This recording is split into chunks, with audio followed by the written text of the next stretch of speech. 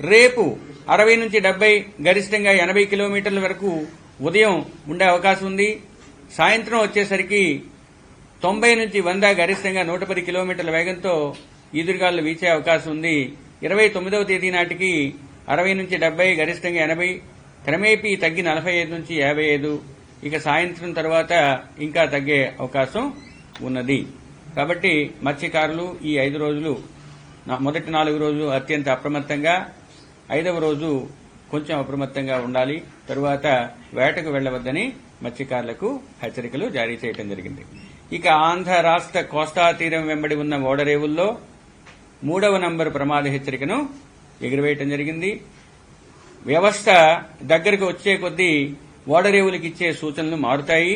అవి నిరంతరం పర్యవేక్షించి పోర్టులకు తెలియజేయడం జరుగుతుంది. మీడియా ద్వారా కూడా ప్రజలకు కూడా తెలియజేయడం జరుగుతుంది. ఇక ఫ్లాష్ ఫ్లడ్ వార్నింగ్, ఆకస్మిక వరద కూడా కొన్ని ప్రాంతాల్లో ఉండే అవకాశం ఉంది. అది గ్రాఫికల్ గా చూపిస్తాను, అవి చూసి మీరు ప్రజెంట్ చేయొచ్చు. కానీ ఆకస్మిక వరద కొన్ని జిల్లాల్లో ఉండే అవకాశం ఉంది. అన్ని జిల్లాలకు రెడ్ అలర్ట్ అంటే ఎక్స్ట్రీమ్లీ హెవీ, కొన్ని ప్రాంతాలలో భారీ నుంచి అతి భారీ కూడా ఉండే అవకాశం ఉంది. ఇక పార్వతీపురం, మన్యం, అల్లూరి సీతారామరాజు, తూర్పుగోదావరి, ఏలూరు, ఎన్టీఆర్, పల్నాడు, తిరుపతి